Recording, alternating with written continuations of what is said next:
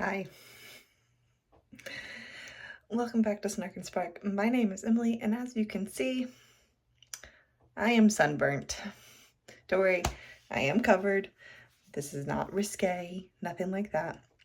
Sorry, you can tell I had some blue candy. But yeah, yeah. So, today was Caden's last soccer game. It was supposed to be last week, but the very first game of the season got rained out, so this was technically a makeup game. I'm gonna do this so it actually looks, you can see that I have covering. I don't want to get in trouble for nudity when I'm not nude. So Caden had a soccer game today, and it was beautiful outside. Yeah, it was like 80, but the breeze was cool when the breeze came through, but his game was at 2. And I don't know, it slipped my mind. I did not put sunscreen on. Caden's fine. He is not sunburnt, but mainly he gets outside every single day, and I don't necessarily get outside like he does. You know, he does recess, and then he has soccer practice and games and stuff. Like, he's outside. His cheeks are pink, but like that'll be gone by tomorrow morning. Me, not so much. It looks better on camera, but it is red. It hurts. It's very hot. I just finished doing my Sunday reset, which you should all be familiar with now. So I've washed my hair. I did not take a bath because do not take hot baths or showers when you are sunburnt, especially newly sunburnt. That is awful for your skin. It will just make you feel worse. So I actually did everything in a shower, and I took like a cold to cool shower tonight, which honestly felt amazing on these arms. So took it warm at first, did all my soapy for like the lower half, and then as I worked my way up, my body just got colder. But I don't want to put my shirt on, my pajama shirt, all the way on, so I've got it like tied around me. Gonna have Bryant put some aloe on me and rest, and then go to bed and start my work week. So that's how my Sunday is going. I did not read today. I did not listen to an audiobook today. I had fully planned on listening to my audiobook because I only have like 2.5 hours left, and I listened to it at 2 times the speed. So it would have been fine. Like, it would have lasted through his game. So I even found like my next book to listen to. And instead I got sucked into watching Vicky's channel, Reading and Stitching. I don't know, I'm on like a weird kick, and I've gone through like her backlog, and I'm watching some of her older videos. I don't know, it's just been so amazing. So like, shout out to Vicky, like you kept me company during my son's soccer games today. So I'm gonna finish up my bedtime routine, do my face care, and then I'm actually gonna go ahead and get into bed and do some puzzles. I don't feel like reading. I brought my book up, and I also brought like a puzzle book up, so to get off of my phone in bed, but I'm just not feeling reading, and that's okay. So I'm gonna do some puzzles, wear my brain out, and then I'm gonna go to sleep and start the week.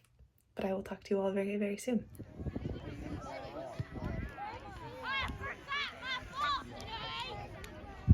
This is the last game of the season. Caden is in the goal, and right now they're just warming up by kicking a bunch of balls at him. But last game of this season, and it is a beautiful Sunday, so it should be a good game. I'm a hot mess. Oh, help me. This was supposed to just be really short and sweet, and then I caught a look of myself in the camera and couldn't stop laughing. I'm sitting on my floor because I'm hot and I'm sweaty and I'm covered in sunscreen because when I left work, it was beautiful.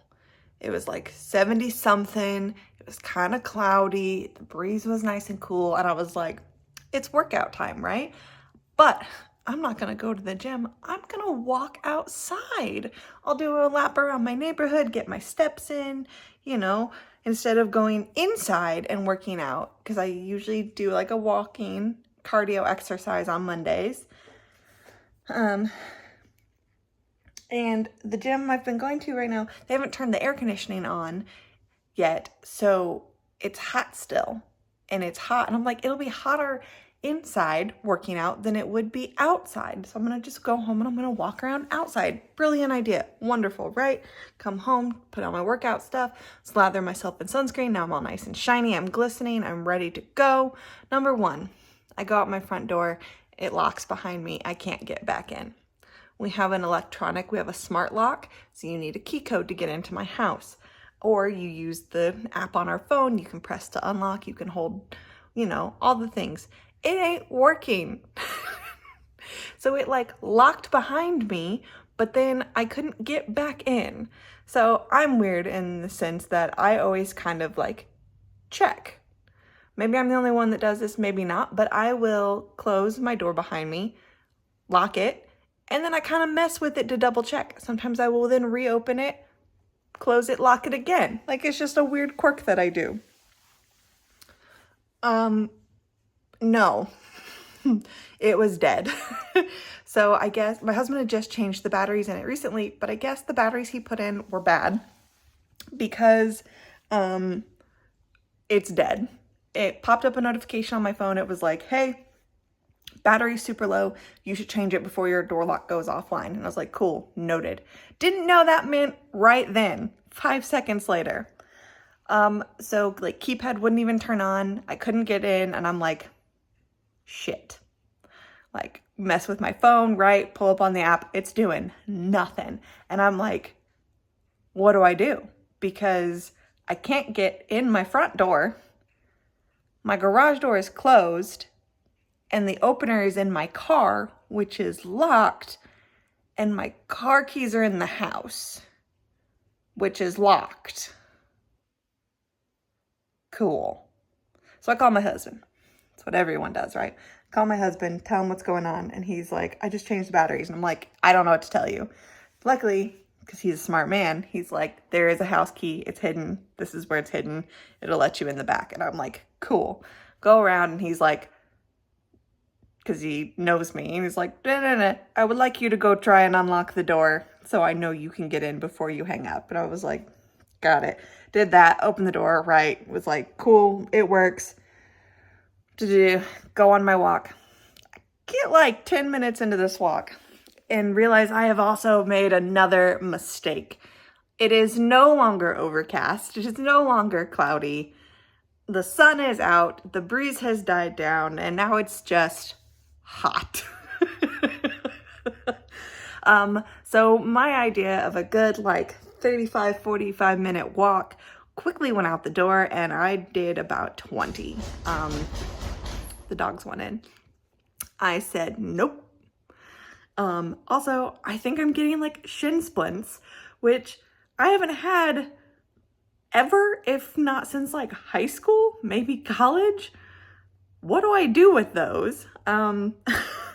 So I get a couple minutes in, and my calves and my shins start killing me. I'm hot. It's sweaty. The bugs are out. I like walked through a nest of some flying bug and was like picking them off of me. It was just not a good time. It was not a good time at all. But I did do my walk, got it done, but I'm still red, I'm still sunburned, so I did layer up.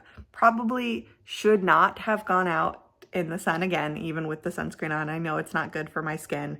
I will go get Caden here in just a little bit, and we'll come home and I will jump and take a cool shower, wash the sunscreen off, give my arms another cool bath. So yeah. And then I'm done. I did 20 minutes of exercise outside. I'm drinking water. Drink break. And so I'm gonna make sure that after we get home and I shower, I'm gonna read, because I earned it, and I feel like I didn't really get a lot of reading in this past week, and I want to do more. So I'll check within later. I'll check back later. It is now Monday evening. I've showered. I have calmed down. I've eaten dinner. I've taken Kane to jiu-jitsu. Kennedy went inside with Dad, but I didn't go in, and now Kennedy is like, I went back out. I'm gonna go back in because I'm losing my light. But it was too beautiful out here not to read for a little bit, and I thought I would just kind of check in this evening. I don't know. It's very peaceful out here, and I think I'm just kind of enjoying that. I felt like today was kind of hectic at some points, and being able to sit in my backyard and enjoy the coolness, because once the heat of the day has gone and has cooled off, with a beautiful sunset and my dogs, I don't know, there's just something really, really calming about that for me. And for anyone who like really knows me, he's itching. The Eisenhower's itching. Anyone who really knows me knows I don't do like outdoor. I have a lot of allergies. I have a lot of sensitivities. I get really itchy really quickly, and outside is just not for me. But there are times when being outside is very grounding and is very calming, and I keep going back to that word, right? I keep going back to calm, but it is. It's very soothing. It's rejuvenating, and I don't do it very often. So when I do, my husband like knows to like just let me be out here. Like he came home and he greeted me. He was out here with me for a little bit. He was looking at his garden and stuff like that. Excuse you. Gave me a kiss, and then he went inside and just like left me to do my stuff, to do my business. And that's what I need. They're opening windows because it's so nice. And so I just came out here and I was reading, and I thought I would update you before I lost my light, like I said. So today, book-wise, I finished Mexican Gothic.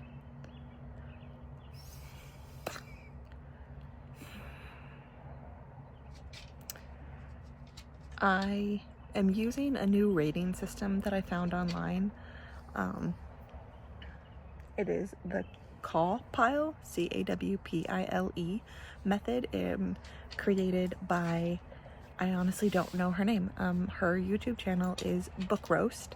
I will link her down below and everything, and she's got a whole playlist and a whole explanation of her like star rating system, and she created a spreadsheet and I downloaded it, and I've been using it so far just for the month of May. I might go back and repopulate for the previous months, but I'm not sure. But I'm definitely using it for this month of May, and it's been so incredibly useful because I know that I definitely struggle to give like ratings. And she breaks it down. Each letter is stands for like a different acronym. That's a plane.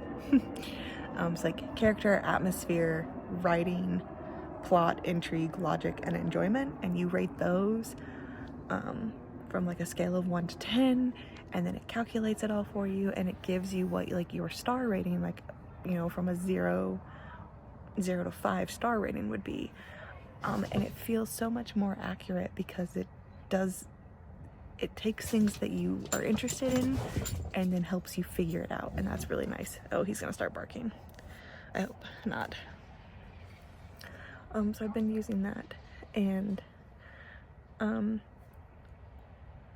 I haven't really done the Mexican Gothic win for it yet, but it definitely ended.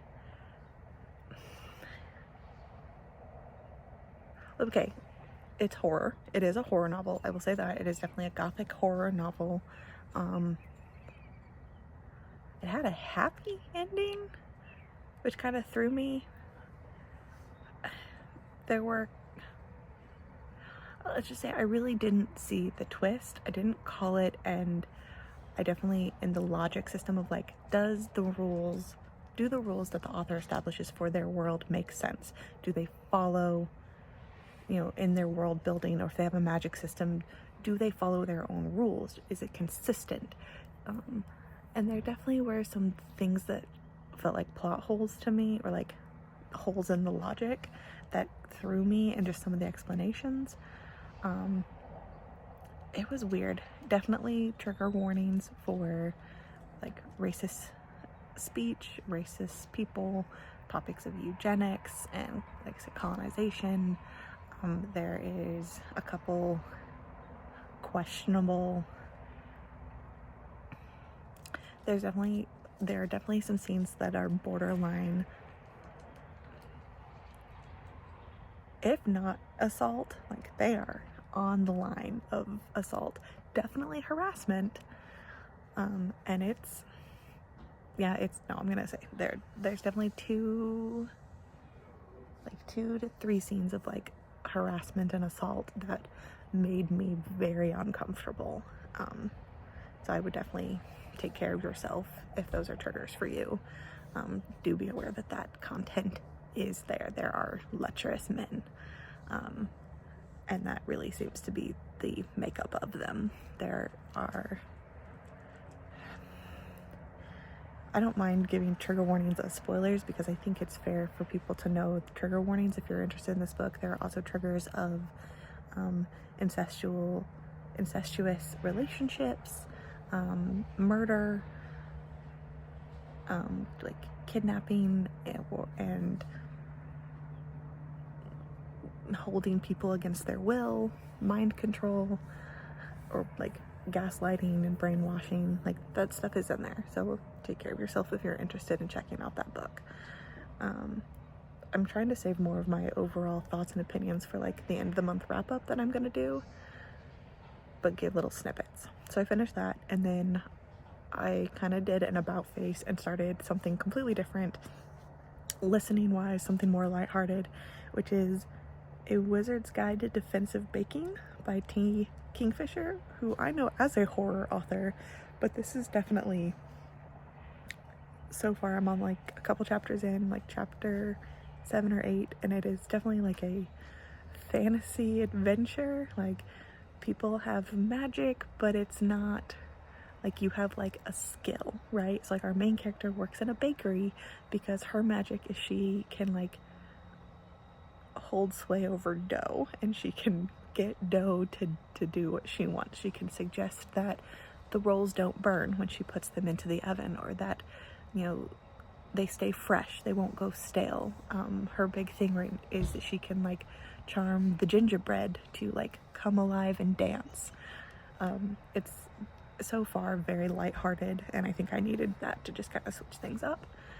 I'm not sure if that's considered YA or if it's an adult novel. It might be YA. I will look into that. And last but not least, because I have it here, I have started Those Across the River by Christopher Buehlman. This is for my set in the 1930s prompt. This takes place in 1935 in the South, and it is following a couple who have mysteriously inherited a home in Georgia with connections to a family member that owned plantations. A plantation who was the owner, after the Civil War, refused to give up his slaves, and the slaves then revolted and rebelled and attacked and killed him and his family. And it was like his great grandfather, because this, like I said, takes place in 1935. World War II has ended within the last 2 decades, and we are following our main character, Frank, and his lady Eudora, I don't really want to go into too much because I think it would be a spoiler, but also it is part of the narrative as a whole, and I think it would ruin things if I said certain things about the characters. The way it is written is very odd. It feels disjointed. It kind of jumps around. There's a lot of dialogue, but not a lot of Frank said or Dora said or so-and-so said. You have to know who was speaking originally, because it's like person A, person B, person A, person B, but they don't tell you who it is. It's just like blocks of dialogue, but they alternate back and forth, and it's just the dialogue. There's no, like I said, no said Frank. It's reading really fast. I'm an hour in and I'm already over 60 pages. That's like less than a minute per page. So it is a fast read. I want to keep reading. I want to get about 100 pages in tonight. Because I just kind of want to see where it's going to go. I think it hasn't been spooky yet, but I think it's about to. Right now, our main character, they've moved into the house, and he is currently trying to find what remains of the plantation. So those two separate things. He inherited a house from his aunt, which is completely separate from the plantation that was owned by his great-great-grandfather. And he's trying to find that. And he has just set off into the woods to like find what remains of this plantation. So I think things are going to start getting a little fuckery when the plantation is found. I think we're going to come across ghosts, and I believe the title comes from, I love when we figure out where the title comes from. I feel like I've mentioned this before. This is not confirmed, it's just my thoughts. So Those Across the River is the title. There is a river that separates essentially like the city limits, and where his house is, he has to cross this river and continue into the woods to then find the plantation. So I think the title has to do with you have to cross that river, and it's whatever is going on in the remains across the river. So definitely have been hints already of like the forest is dark, the forest is mean, people have warned them not to come. The town just seems kind of weird. You've got the hints of like Southern gentility, right? Old-fashioned Southern people, but some of them aren't quite right. There's a weird taxidermist character. We have a lot of veterans, and I have to remind myself this is after World War I, which I really don't know a lot about. It's also taking place during the recession, like the Great Depression is happening, without it all being explicitly called this, right? Because in this, we named these events after the fact, not during. So yeah, we'll see. I don't know. That's all I have for now. But I'm gonna go in before I lose all of my light completely and say goodnight to Caden and put him to bed and hang out with my husband and read a little bit more. I'll talk to you soon. Okay, so it's Thursday. I have already tried to film this clip once on Tuesday. Yeah. Hi, Kennedy. Hi, Miss. We're gonna talk about this book, Those Across the River. I am 168 pages in, about halfway, and I think I'm done. Yeah, like I said, I tried to film already about where I'm at in this part of the book, so I'll just insert that clip here. This is going to be really short and sweet. I just wanted to say that I'm probably halfway through. I'm like 160 something pages, and I am sobbing. Yeah.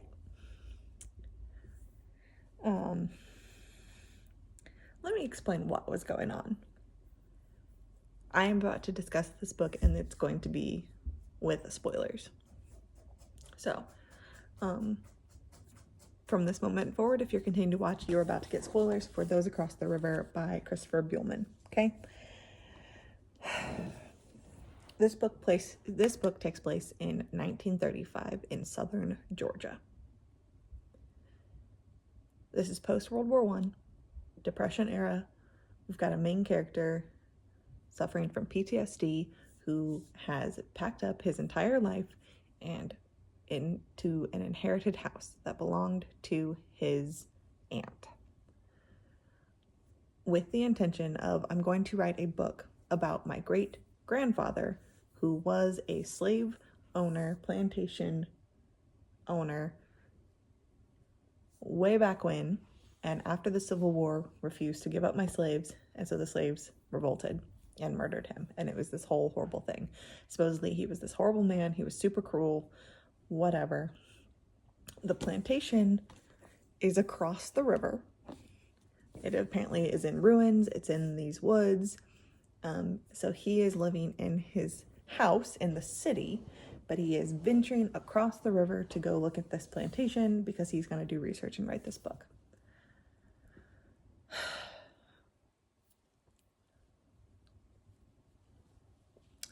I am not a fan of derogatory language. I am not okay with it in any way at all. So you will not find me using that kind of language ever. And I find it very, very difficult to read books written especially by white men and using that kind of language. There's a lot of racist remarks. The N-word has been used multiple times, and by ancillary characters, but even by our main character. Our main character is having thoughts where it will pop up, and yes, he writes it in this guise of, oh, whatever word, the thought came into his head unbidden, hinting that he's almost being like possessed by the spirit of this town or by his awful great grandfather, whatever. I don't care. I don't care what the reasoning is. I don't care what your excuse is. I don't like it. And I don't. In my head, there's not a way to justify it. Because at some point, there's a very thin line between, please wait. You can go upstairs and wait for me. I'll be up in just a couple minutes, okay?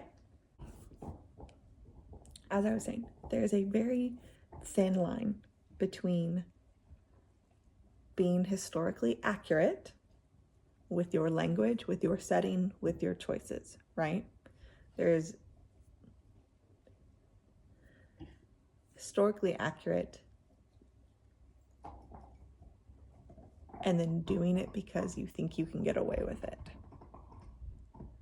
There's a very thin line, right? And that is someone much different than me said that in a review that I read on Goodreads. And they felt that this author is doing it because they think they can get away with it. And I agree. Using derogatory language, racist language in the guise of historical accuracy, when really you cross over into too much because you can, is when I have a problem. And specifically, I'm finding a lot of problematic writing in this book. There's a significant age difference between the main character and his lady. There's also gratuitous sex, and it's not even that they're closed door. They're not even graphic or anything like that. But it is there, and it is apparent that they are having sex or they are engaging in some sort of sexual activity, and it is almost every couple pages, if not like it is constant. There is always some reference to the point where she feels like a sexual object, and that's it. Like, her primary role in this story is to have sex with the main character, and I don't understand. It's not necessary. It is not adding to the dialogue. It's not adding to the plot in any way, shape, or form, in my opinion. And so, okay. What happened though? Why was I crying? Why was I sobbing? Because things had started to take a turn, right? I had said in my last update that I felt that things were about to get spooky, and I was right. We're hinting at some really weird situations are starting to happen, and in this particular case, a farmer's 10-year-old son, which obviously that's upsetting. I have a 10-year-old son. His 10-year-old son was found dead, and they believed he had been murdered. Specifically, he had been eaten. But they thought he had been murdered, and then wild animals had scavenged and eaten him. And of course, they get dogs, and they call in outside sheriff's departments to come and use the dogs to sniff out the culprit. And of course, the dogs sniff down, coincidentally, a black man. And I'm trying very hard not to get upset again.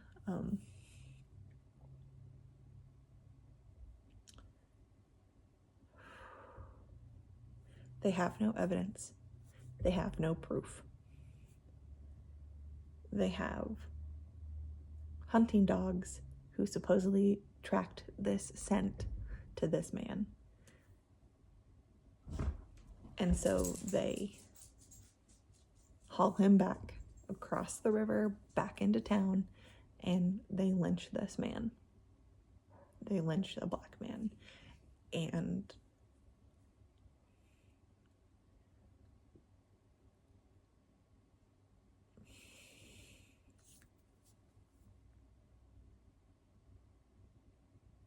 some people would say that I am too sensitive, but it was very upsetting to read because of the injustice of it all. They have no evidence that this man did it, and I don't believe that he did in the slightest. It is written as if this young boy heard a noise in the middle of the night, slipped out with his dad's shotgun, and more than likely got attacked by a wild animal and killed because he's a 10-year-old boy.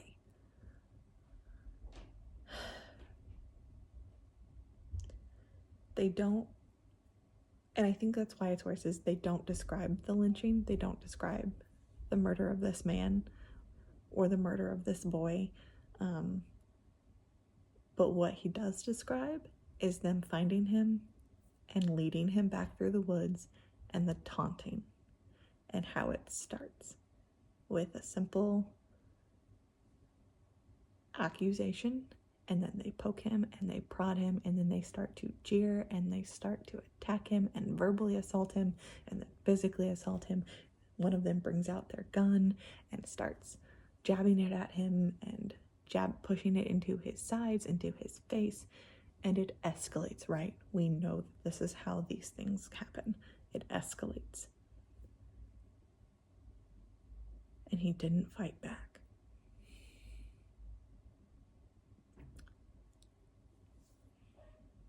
Because he knew it didn't matter.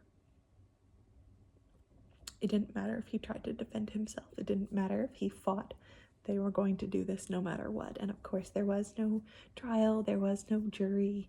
There wasn't anything. It was vigilante justice, backwoods justice, and they killed a man. And there's a sentence at the end of that chapter where the sheriff's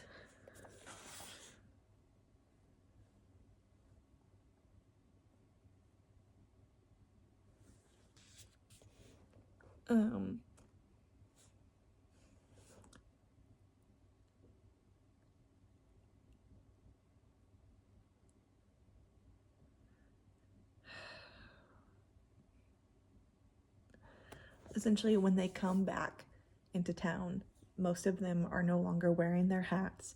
They're looking down. They're refusing to make eye contact with anyone. They're holding their weapons.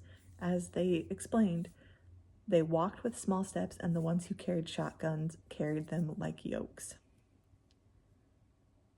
which implies that it went wrong, or that as soon as it was done, they realized that it was bad.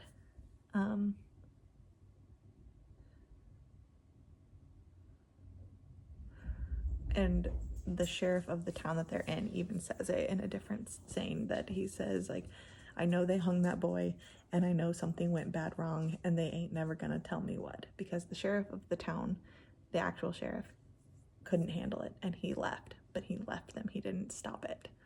And it was the sheriffs from the other town that came in and did it. And I even started the next chapter. Like, that was how that chapter ended. I even started in the next chapter, which was chapter 18. I got a page into it, and then I stopped because the next day was the young boy's funeral. Right. No, sorry. It was that same chapter, the end of that chapter. So that happens. The next day is the boy's funeral. They went to town for his funeral, and then there is a whole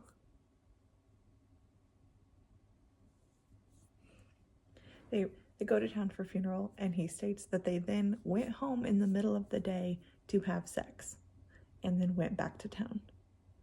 And you want me to believe that that's what they would actually do, especially when his lady is the school teacher and was his teacher? You're telling me that she was going to go to his funeral, after his funeral, go home, have sex, and then go back to town? No. I'm sorry.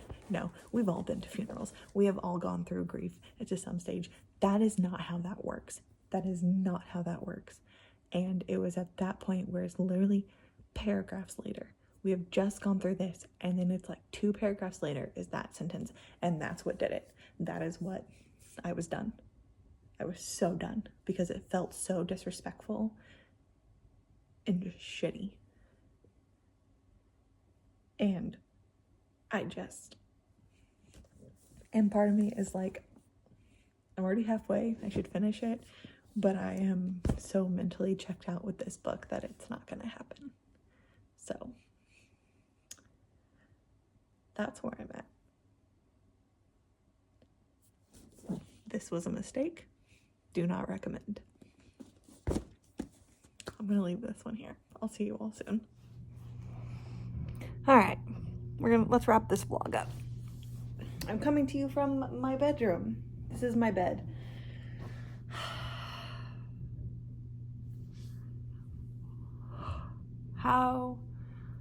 Oh man. This week, books this week. Hot diggity dog. So let's start with the obvious, right? Let's get it out of the way. Those Across the River by Christopher Buehlman. End of the day. Fluff that book. Oh, here comes Kennedy. Hopefully she doesn't destroy my camera.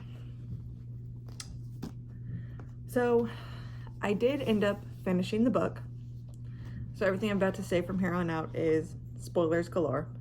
I did end up finishing the book, and 2 stars, if that, right? 2 stars. How many times can I toss this book? I'm not tossing it hard because it is a library book. It's not my library, but it's a library book. I finished it, yes, but I mean, I mentally checked out after my last update. 168, I was checked out mentally. It just became a matter of principle. I don't even know. Like, it just became like, I'm stubborn and I hate actually DNFing things. Completely. And there was a part of me that wanted to know how it ended, right? I did want to know what the big twist was, what the big reveal was. Because it was all leading up to something, right? Werewolves. Excuse me, what? Werewolves? The sheer dumbassery that is this novel, right? Like, not counting all of the incredibly problematic content, just the...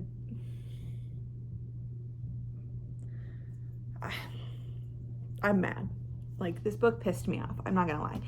I don't recommend it. I think it was really dumb. I really don't even want to rate it because I feel like it won't fully capture how I feel. Hi, Kennedy. What are you doing? Are you trying to get comfy?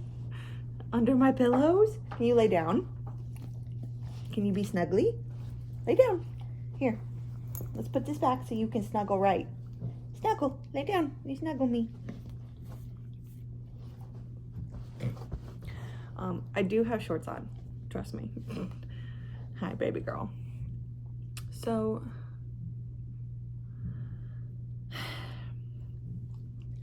essentially, after I picked it back up, even though I stopped caring about it, you're just the cutest. Do you want me to hold your hand? Okay.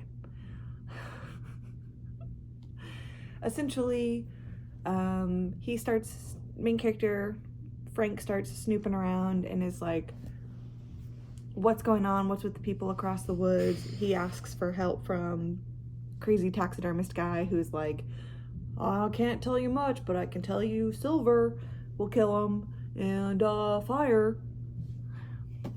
And which then proceeds to prompt a manhunt, right? And everyone gets slaughtered. He gets some silver bullets. They round up the town's men, a good chunk of them, and decide to go across the river, hunt people down out of some weird sense of revenge and justice. I don't know. A bunch of them get killed because they effed around and found out, and then he runs. It's like, long story short, here's the whole plot. I've already gone over the front part, right? The front twice in this video already. They go across the river. They find these people. They attack them. They come back into town. And then the werewolves come to town and attack people. One of them bites his lady, Dora. So she starts to turn. She turns into a werewolf now. They go back across the river, trying to stop them.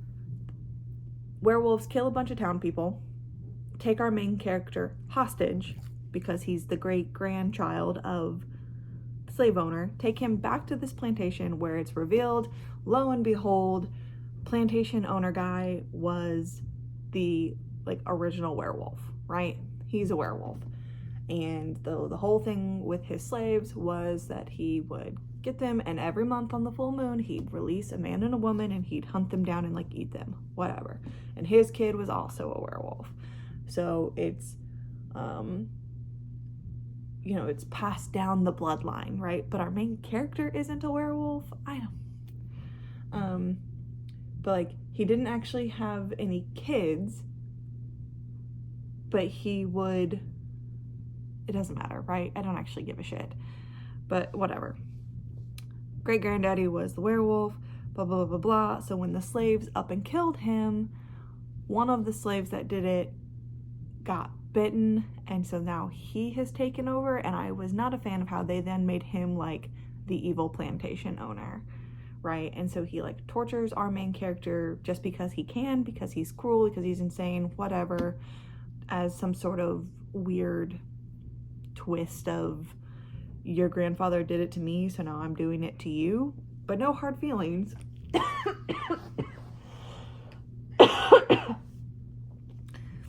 He eventually is broken out. Taxidermist, plot twist, surprise, is also a werewolf, comes and rescues him, but he's not part of that werewolf tribe. with the help of his lady, who hasn't fully transformed yet, but we know it's happening because she got bitten.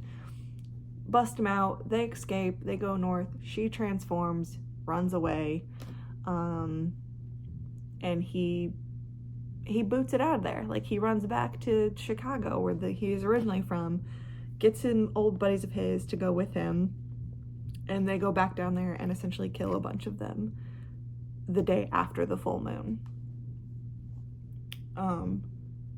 But he doesn't kill all of them. Like, he goes there with the intent to kill them, right? To kill them all. And then, like, one of his buddies gets killed. The other one takes off running. Because, of course, they're not wolves. They look like people. And his friend is like, we're just murdering people. Takes off. And then he, like, loses his ability to kill them and just gives up and goes away. And the book ends with him as an old man. Like, he left, went back to Chicago, and it ends with his lady has shown up, and he knows that she's going to come to him and ask him, essentially, if he wants to be with her. And he has to figure out what his answer is gonna be. Fluff that noise. So dumb. So, don't recommend, don't read that book. Let's move on. Next. A Wizard's Guide to Defensive Baking by T. Kingfisher. We followed 14-year-old Mona, who is a wizard in her kingdom. We've got some, like, kind of medieval fantasy vibes, right? She is a wizard, and the whole shtick is that wizards are very rare, and, you know, some of them are really powerful, some of them aren't. Mona is not incredibly powerful in her mind, right? She's 14, her parents are dead, she lives and works with her aunt and uncle who own a bakery, and her thing is dough, right? So she can magic dough, and I had mentioned this before, that, you know, she can encourage it not to burn or to stay fresh, or conversely to go stale. But her big thing is that she can, like, animate if it is, like, animal shaped or person shaped. So, like, they'll make gingerbread and she can make them, like, come alive, and they'll, like, dance and do little performances, right? And but then all of a sudden she comes downstairs one morning and there's a dead body in her aunt and uncle's kitchen, and she freaks, and it starts off this whole adventure of there's been a rash of wizard murders. Someone is killing off wizards, and they try and frame her for it, but she's immediately like, they're like, she's 14, she didn't do it. But it starts this whole thing of, why are people killing the wizards? Why did they try to frame Mona for it? Who's doing it? And Mona gets caught up in it, right? There's also, like, a war that's happening, but then things start happening, and this, like, High Inquisitor, it's always the High Inquisitor. Have we noticed this with books? Anyone who's got the title High Inquisitor is a bad guy. Run away. Red flag. He starts releasing these notices of, like, all wizards need to be registered with the city. Keep an eye on your wizard neighbors. They could be spies, right? He starts doing all of these things to get people to be really paranoid and to essentially ostracize wizards, or to kick wizards out of the city. And soon enough, she's the only one left. She's uncovered this plot against the actual ruler, blah, blah, blah, blah, blah. I don't want to spoil this one at all, because I actually really enjoyed this book.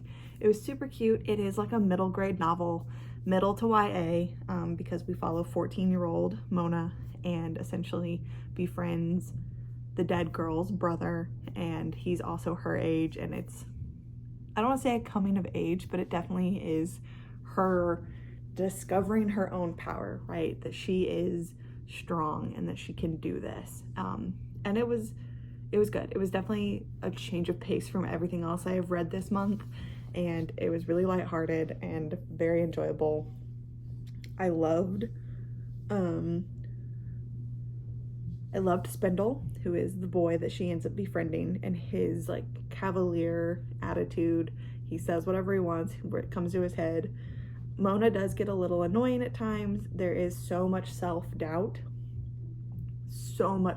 coming from her, and so much of almost a why me kind of attitude, and it does get repetitive and a little old, but it is still good. So if you need something light and fluffy kind of thing, check that out. It is enjoyable. I believe it's a standalone. I have not seen anything that would indicate that it's a series. It's just a nice little standalone middle grade YA, right there in that cusp, because she's 14. Yeah. But I finished that on Friday. No, I finished that Thursday. And then Friday I went to work and I found another book. I'm gonna cover this in a different video, but I really want to get back into my like monthly TBRs, and I have, like a TBR game that I was playing, and then with everything that happened I stopped playing, and I want to get back into that. And so I'm kind of I've started doing some backloggy kind of stuff, and was like, okay, so in previous months, what challenges or what prompts did I miss? And so I was like kind of trying to find an audiobook that would fit a past prompt. I was kind of struggling a little bit, but I landed on The Terror by Dan Simmons.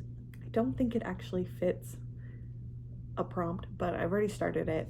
It's hella long though, so this audiobook is like 28 hours long, 28 and a half hours, whatever. And I've been listening to things at 2 speed, but this narrator is already pretty fast, so I've had to slow it down to like 1 point. I think I'm currently at this one is like 1.5 because this guy is fast. If I can get used to it, I'll bump it back up, but right now we're at 1.5. And I honestly don't really know what's going on. I'm probably about 20% in and I'm still kind of lost. It is all about the like doomed Franklin expedition of the Arctic. I don't know a lot about this. I know, so it's like historical fiction. I know that obviously did happen. The Franklin expedition in like the 1800s, where they were trying to find like the Northwest Passage up in the Arctic. They're trying to find a route to China. I honestly don't really know, because I don't really know what's happening in this book. But I know, I have heard of this expedition. I know that a lot of deaths happened. I know that it was like ill-fated, right? This follows, like I said, this follows the Franklin expedition, and I think it would make more sense. It took me a while to figure this out. It jumps in time. We keep going back and forth between present day in like 1847 to 1845 to 1846 to back to the present. So it's not linear. We're getting 3 different timelines all leading up to where we are in the present in 1847. And it took a while for that to become clear that that's what was happening, because it's not obvious. I don't know if it would be different if I actually was reading the book, if I had the physical book in front of me, but it's so easy to miss in the narration, because it'll start, they're almost like captain logs, but not. So it'll be like Captain Crozier, it'll give like their coordinates, like their latitude and longitude, and then it'll give the date, and then it's like a whole section, right? But it's so easy to miss what the date is, especially when it's the same like month as the previous section, but the year is different. And I'm noticing that they're doing this. They'll be like May 1846, and then they'll go May 1847. And it's so easy to miss that you're supposed to have jumped a year in time, because it's not obvious, because all of the characters are the same. Like the whole thing is, we are currently like year 2 or 3 into this expedition, and it's jumping back and forth telling us what events have led up to what is now occurring here in 1847. So in 1847,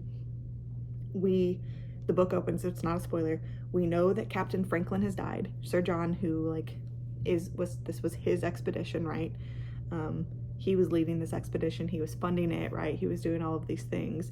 We know that he's dead, and now Captain Crozier, because there's 3 ships that went. Captain Franklin has died. Captain Crozier was the captain of one of the other ships, and there's Captain Fitzjames, and I still don't know I don't really remember who the 3rd one is. I know I've met him, but I can't remember, because they're also very hard to understand, the names, because it's Captain Crozier most of the time, but then some people will use his first name, but they haven't really established that that's the same person. The same thing with Captain Franklin. It took me so long to realize that Captain Franklin and Sir John were the same person. I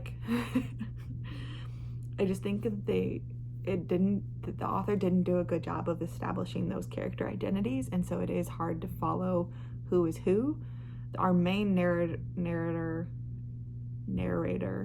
/ character that we're following is Captain Crozier. I believe it's Francis Crozier. And he's dealing with dwindling supplies. The ships are not making progress, right? They're stuck in the ice. They need a thaw. They need the summer thaw to come, but the summer thaw is not coming. They're stuck. The men are jumpy. The men are paranoid. Captain Franklin is dead. He died this horrible, brutal death, which I just got to. They just flashed back to that. They also have this mysterious Inuit woman on board who is missing her tongue and so she can't speak, and of course the men are paranoid that there's this woman on board and they she's a witch or she's cursed them. Oh, also, and there's some supernatural terrifying beast out in the Arctic that is slowly killing them one by one, is the whole premise, right? Ships in the Arctic, and there's some mysterious beast out there that is killing them. One of the ships is called the Terror, but we just got told that some of the men on the ships are also calling this supernatural creature, this beast that they don't know what it is, they're also calling it the Terror. So I don't know, but my goal, this is going to be the last vlog for May. I'm really not going to do one for the last couple days of May and the first couple days of June, because it is kind of a flux period and I want to keep May separate from June, so there won't be a reading vlog that comes out next weekend. Also on top of that, it is the end of May, so I need to do my May wrap up, which I want to do, and I also want to do a June TBR. For those of you who are interested in cross-stitching, I do have stuff coming for cross-stitch because I've been stitching again, and I do have some plans for June, and I want to go over those and show you what I've been working on. But also, we are heading to our hometown this coming weekend. We are leaving on Thursday. We're going to go back home because we have a baby shower to attend, and it's very exciting. My sister-in-law, my husband's sister, is expecting. She's pregnant with her first child. I know I've shared that, but if you're new here, and if you're still here, she's expecting her first child, and she's due in August, and so her baby shower is this weekend, so we're gonna go home and celebrate them and little one. They are choosing to not find out anything about the baby until baby arrives, which is exciting. So I have stuff I need to prepare for that. I have some chores around the house that I need to get done. Laundry, you're currently being propped up by a basket of clean clothes that I need to fold and put away. I need to grab a couple gifts. We have things we need to get to take with us. That's my laundry, if you can hear it.